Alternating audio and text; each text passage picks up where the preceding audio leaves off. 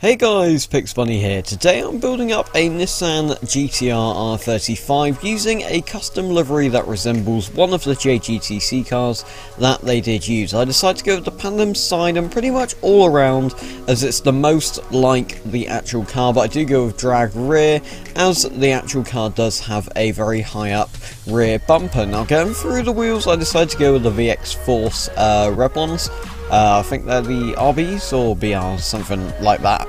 So they'll be black and red. I decided to go with red calipers to match up with the front of the car, go with double text on the tyres, lower it all the way down and completely max out the engine to get 2,678 horsepower, which is actually a fair amount. Now deciding which exhaust to go to, I do go with that one eventually, so it's kind of subtle and it does add a fair amount of power. Well, it does add the most amount of power. Now, I couldn't get a too good tune for this car, but if you do want it, it will still run a 6.5 in the quarter.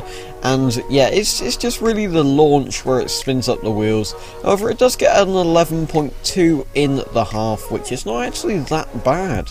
Now, waiting for the CRX to do a burnout for the full mile. As you can see, it just spins up through the first two gears, so maybe the car does need a longer first gear, or something like that. I'm not particularly too sure, but the time is still a 19.2, which is fairly respectable.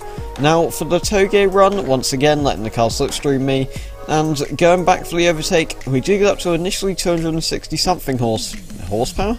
Miles an hour, going back down into the slipstream, getting up to 311. Now let's move on to the user builds, or the community builds, which were actually extremely close this week, and it was quite hard to decipher a winner. At number 12 we've got Just Y with a fairly cool custom livery, but not too much a fan of the purple. At number 11 we've got Noob with a fairly cool kind of GT car-esque GTR, but as I've said before, it was very hard to put these in order as they were all pretty good. At number 10 we've got LORESKE using the Colour Glow wrap, which I haven't seen used in a little while, and just pretty much going all out, to be honest, and it's quite a funky build that I do quite like. At number 9 we've got BOOSTANDETHANOL with an Advan. There are two people who do use that Advan build, but yeah, it's just a fairly cool car, to be honest. At number 8 we've got GWYD, I'm so sorry, but with a kind of race liveried GTR. I do actually quite like the green and black, it really has grown on me. At number 7 we've got GWYD who uses the Dixie livery, and I don't know, it's just the wheels, I believe they're SL Gens, they just go really well with this car. At number 6 we've got the real EMILE, once again using the Advan livery, but it's something about the Watanabe rims that really makes me like this car.